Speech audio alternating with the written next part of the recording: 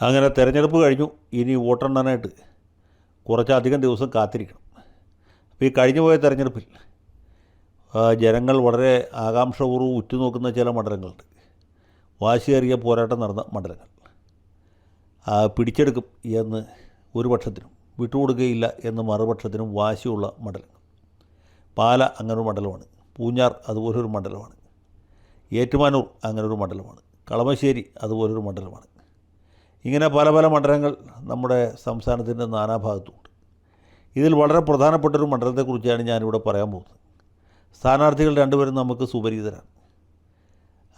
ഈ മണ്ഡലം പത്തനാപുരമാണ്.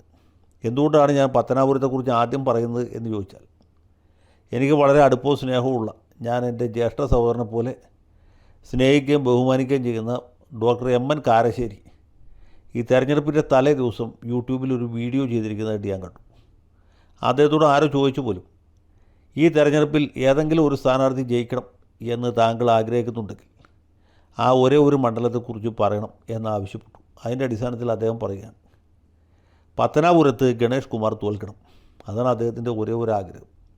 140 മണ്ഡലങ്ങളിൽ വെച്ച് പുള്ളിക്ക് ഏറ്റവും കലിപ്പുള്ള സ്ഥാനാർത്ഥി, അല്ലെങ്കിൽ ഒരു കാരണവശാലും ജയിക്കാൻ പാടാത്ത ഒരാളുണ്ടെങ്കിൽ അത് ഗണേഷ് കുമാർ ആയിരിക്കും എന്നാണ് അദ്ദേഹം പറയുന്നത്.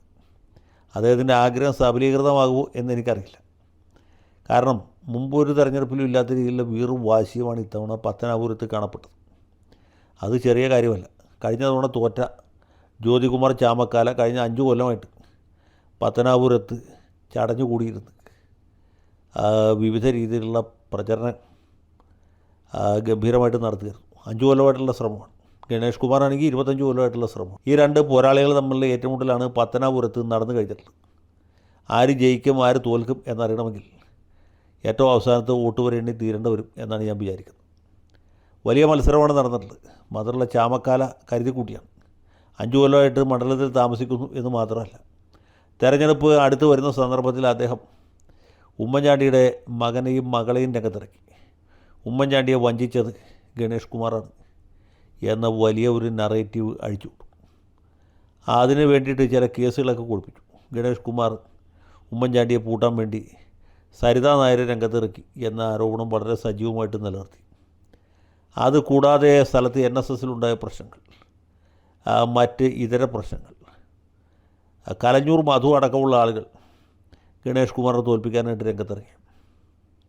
പിന്നെ ഗണേഷ് ഭാര്യയുമായി ബന്ധപ്പെട്ട അവിഹിത വിവാദം, 5000-ഓളം കാമുകിമാരുള്ള ആളാണ് താനെന്നുള്ള ഗണേശൻ്റെ അവകാശവാദം, ഇതെല്ലാം കൂടി ചേർത്ത് വലിയൊരു അന്തരീക്ഷം ഉണ്ടാക്കി, വലിയൊരു ടെമ്പോ നിലനിർത്തുകയും ചെയ്തു എന്നുള്ളതാണ്.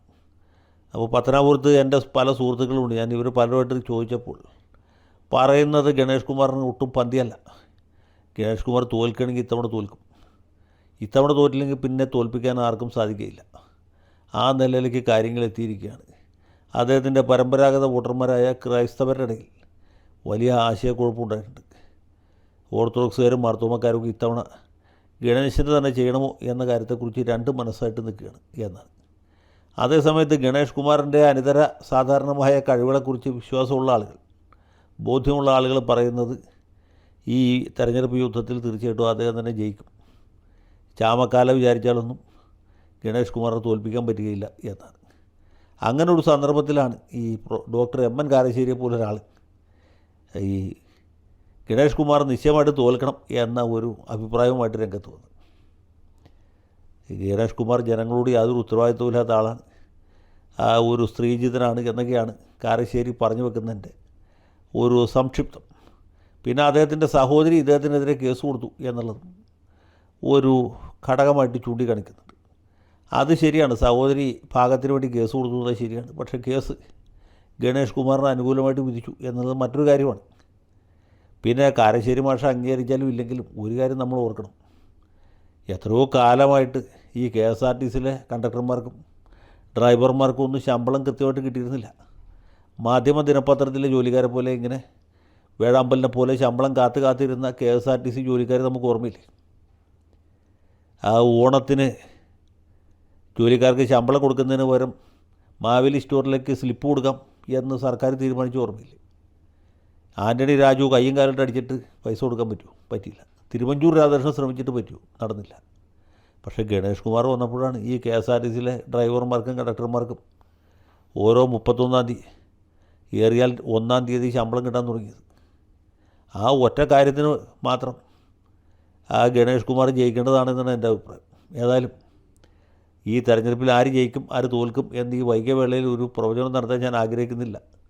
ഗണേഷ് കുമാർ ജയിച്ച് കാണണം എന്നാണ് ഞാൻ ആഗ്രഹിക്കുന്നത്. അദ്ദേഹം സ്ത്രീജിതനായതുകൊണ്ടല്ല, അദ്ദേഹത്തിൻ്റെ സഹോദരി പുള്ളിക്കെതിരെ കേസ് കൊടുത്തുകൊണ്ടുമല്ല, ബാലകൃഷ്ണപിള്ള സാറ് തന്നെ ഗണേഷ് കുമാറിനെ കുറിച്ച് ഒട്ടും അഭിനന്ദനപരമല്ലാത്ത രീതിയിൽ പറഞ്ഞതുകൊണ്ടുമല്ല. നേരെ മറിച്ച് ഈ KSRTCയിലെ ജോലിക്കാർക്ക് കൃത്യമായി 1-ാം തീയതി ശമ്പളം കൊടുക്കാൻ തീരുമാനിക്കാനുള്ള നടപ്പാക്കി എന്ന കാര്യത്തിന് അദ്ദേഹം പരിഗണിക്കപ്പെടേണ്ട ആളാണ്. ആ രീതിയിലുള്ള പരിഗണന പത്തനാപുരത്തുകാർ അദ്ദേഹത്തിന് കൊടുത്തിട്ടുണ്ടാവും എന്നാണ് ഞാൻ വിചാരിക്കുന്നത്. അദ്ദേഹം ജയിച്ച് കാണാൻ ഞാൻ ആഗ്രഹിക്കുന്നു.